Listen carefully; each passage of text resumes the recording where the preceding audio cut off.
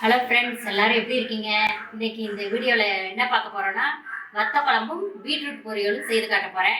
வாங்க பார்க்கலாம். அதுக்கு முன்னாடி என்னென்ன பொருட்கள்னு பார்த்துடலாம். வத்த குழம்புக்கு என்னென்ன தேவையான பொருட்கள்னு பார்த்துருவோம். தேவையான பொருள் சின்ன வெங்காயம், தக்காளி 2 தக்காளி கட் பண்ணியிருக்கேன், பூண்டு, கருவேப்பிலை, கொத்தமல்லி, இது வத்தல் மாவத்தல், கத்தரி வத்தல், கத்தரிக்காய் போட்டிருக்கேன். அது தண்ணியில் போட்டு ஊற வச்சிடணும், அப்போ தான் வேகும், வெந்து குழம்பு நல்லாயிருக்கும். சுண்டக்காய் வத்தல் லாஸ்ட்டாக தாளித்து ஊற்றணும், அது அப்படியே வச்சுருக்கேன். எண்ணெயில் தாளிக்கிற பொருள் வெந்தயம், ஜீரகம், கடுகு, ஒரு 5 மிளகு, அதுக்கப்புறம் பெருங்காயத்தூள், புளி கரைச்சி வச்சுருக்கேன். அடுத்து மிளகாத்தூள், மஞ்சத்தூள், குழம்பு மிளகாத்தூள். வாங்க வீடியோக்குள்ளே போகலாம்.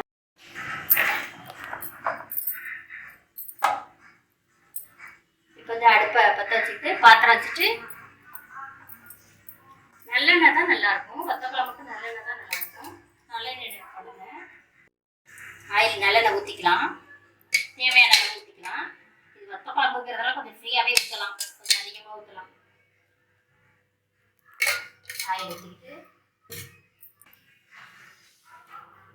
கடுகு போட்டிருக்கேன், வெடிக்கட்டும், கடுகு வெடிக்கட்டும். கடுகு பொரியுது. அடுத்து ஜீரகம் போட்டுக்குவோம், தெரிக்கும், பார்த்து நின்றுக்குங்க, சும்மில் வச்சுக்கோங்க. வெந்தயம்,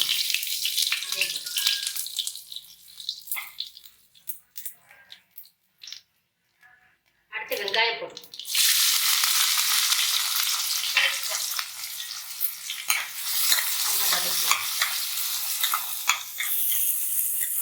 கருவேப்பிலை இதிலே போட்டுக்கலாம்,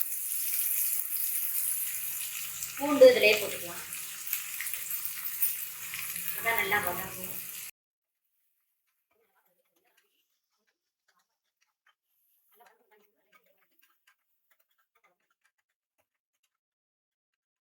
வெங்காயம் தட்டி போட்டு மூடி வதங்கட்டும். இது வதங்கிறதுக்குள்ள நம்ம பீட்ரூட் பொரியல் பண்ணிடுவோம்.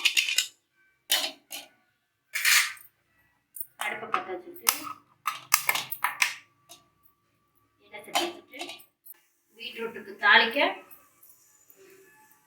தாளிக்க வரமிளகாய் 2, கடுகு, கடலைப்பருப்பு, கருவேப்பிலை, கொத்தமல்லி, லாஸ்ட்டாக போட்டு இறக்க தேங்காய் துருவல். ஆயில் ஊற்றிக்கலாம், தேவையான அளவு ஊற்றிக்கிட்டு கடலைப்பருப்பு ஃபஸ்ட்டு போட்டுக்கலாம், பொரியணும். கடலைப்பருப்பு, கடுகையும் போட்டுருவோம்.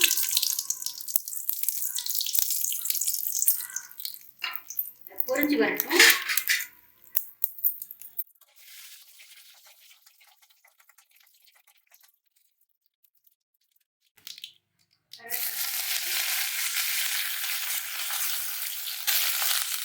அடுத்து வரமிளகாய் கிள்ளி போட்டுக்கலாம்.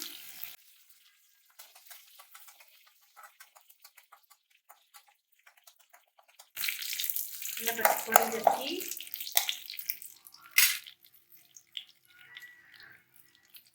அடுத்து பீட்ரூட்டை கொட்டிக்கலாம். தண்ணியெல்லாம் இதுக்கு தேவை கிடையாது, அதுவே தண்ணி வரும். நம்ம மூடி போட்டு வேக வச்சுக்கலாம். சால்ட்டு தேவையான அளவு போட்டுக்கலாம்.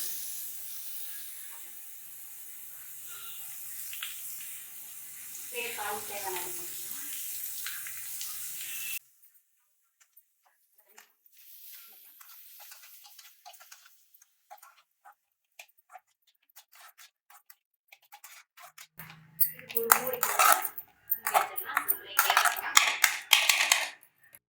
வெங்காயம் வதக்கிடுச்சான்னு பார்க்கலாம்.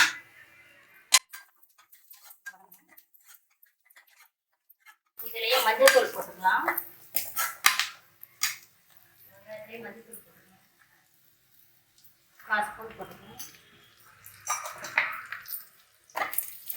மஞ்சள் தூள் போட்டு வதக்கிடுங்க. அங்கே இப்போ மழையா இருக்கு, மழை நேரத்தில் வத்த குழம்பு சாப்பிட்டா நல்லா இருக்கும், டேஸ்டாக இருக்கும்.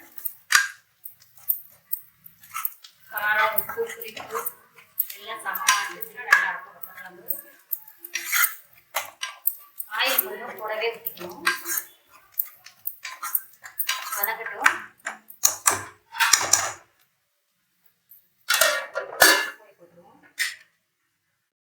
பீட்ரூட்டை விடணும், கரட்டி விடணும். இடையில கறிக்கிட்டே விடணும். ஒவ்வொரு தடவையும் தொடர்ந்து கரட்டி விட்டுட்டே இருக்கும்.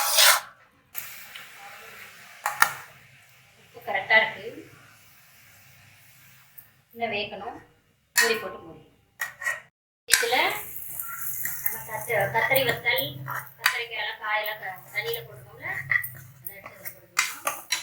இந்த மாதிரி வெங்காயம் சவக்க வதங்கணும். அப்போதான் வாசமாக இருக்கும் வத்த குழம்பு.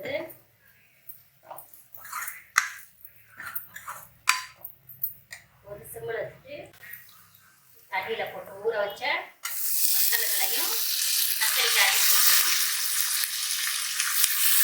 காய்கள் போடலாம். இந்த காய் போடாமலே வத்தல்களை போட்டு வச்சாலும் வத்த குழம்பு டேஸ்ட்டாக இருக்கும்.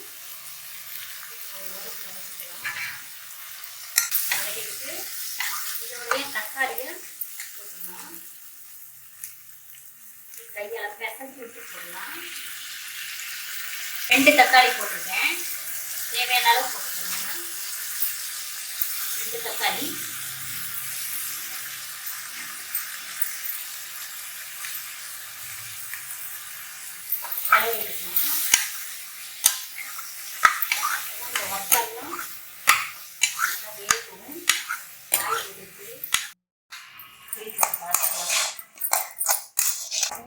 வேகலைன்னா திருப்ப வச்சுக்கலாம். கிளறி விடணும். இடையில அடி பிடிச்சிடும்.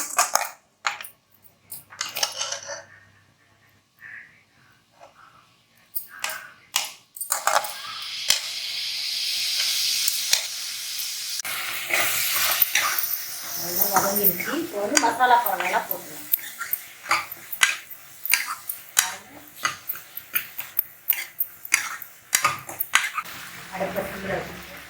தனி மிளகாத்தூள் 1/2 ஸ்பூன்,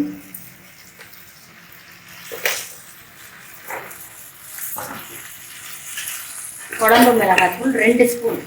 இதுக்கு வந்து மசாலா அதிகம் இருக்கணும். மசாலா வத்த குழம்பு திக்காக டேஸ்ட்டாக இருக்கும். 2 ஸ்பூன் போட்டுருக்கேன். கிளறிக்கலாம்.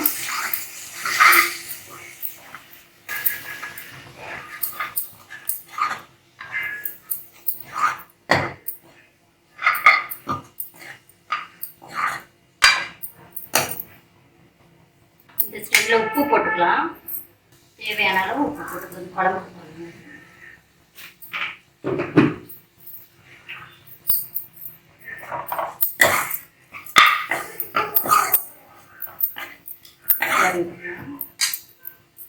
அடுத்து பெருங்காயத்தூள் போட்டுக்கலாம்.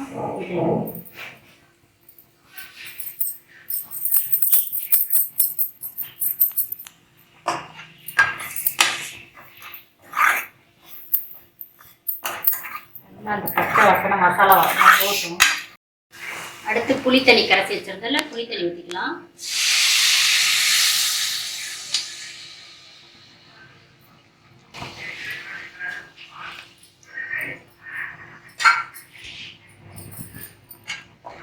கிளறி விட்டு தேவையான அளவு குழம்பு எவ்வளோ அதுக்கு வந்து மாதிரி தண்ணி ஊற்றிக்கலாம். அடுப்பு பெருசாக வச்சுக்கலாம்.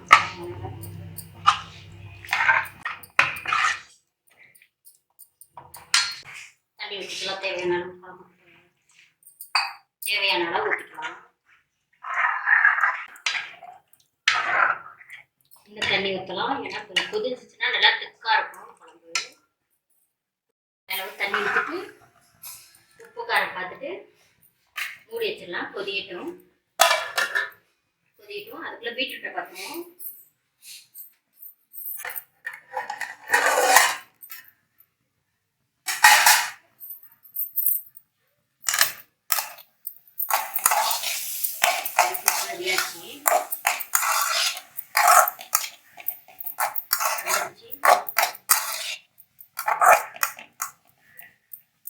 கொத்தமல்லி போட்டு தேங்காய் பூ,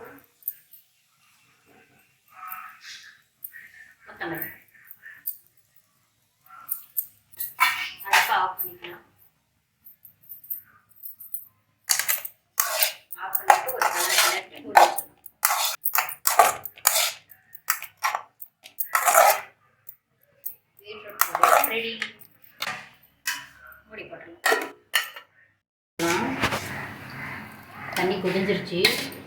சாதத்துக்கு அரிசி போட்டு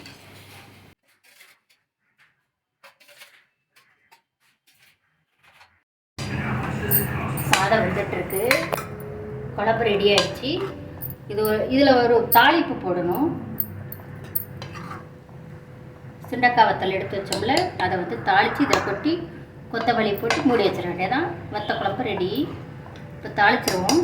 குழம்பு கொதிஞ்சிருச்சு.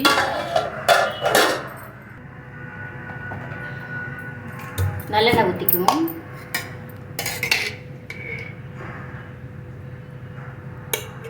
தேவையான அளவு எண்ணெய் ஊற்றிக்கிட்டு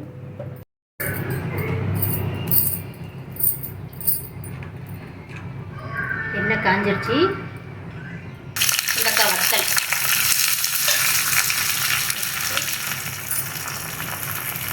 கருவேப்பிலையும் தேடி சேர்த்து போட்டுக்கலாம். வதக்குது பொரியணும். சுண்டக்காய் வத்தல் பொரியணும்.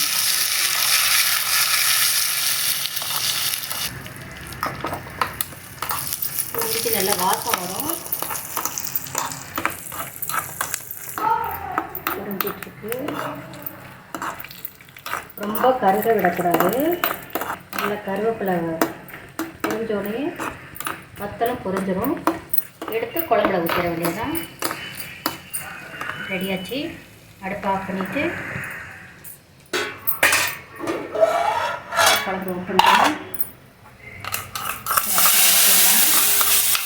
இதுக்கு குழம்பு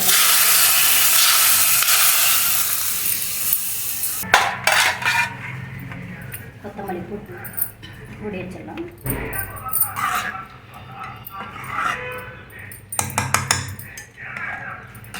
வத்த குழம்பு ரெடி. சுண்டக்காய் கத்திரிக்காய்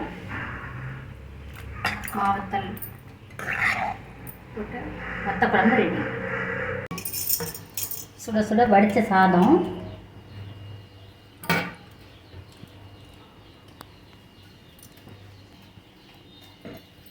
வத்த குழம்பு, சுண்டக்காய் வத்த குழம்பு, சுண்டக்காய் கத்திரிக்காய் மாங்காய் வத்தல் போட்டால் வத்த குழம்பு.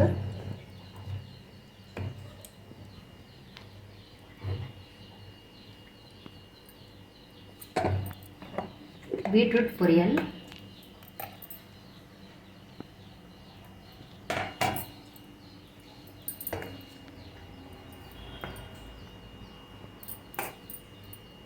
பீட்ரூட் பொரியல். அப்பளம் இருந்துச்சுன்னா குறைச்சிக்கலாம், நல்லாயிருக்கும் வத்த குழம்புக்கு. நான் இப்போ அரிசி வடகம் வறுத்துருக்கேன். அரிசி வடகம் இவ்வளோ தான் இன்றைக்கி எங்கள் வீட்டில் லஞ்ச் மெனு. பிடிச்சிருந்துச்சுன்னா லைக் பண்ணுங்கள், ஷேர் பண்ணுங்கள், சப்ஸ்கிரைப் பண்ணுங்கள். அடுத்த வீடியோவில் பார்க்கலாம். பாய்.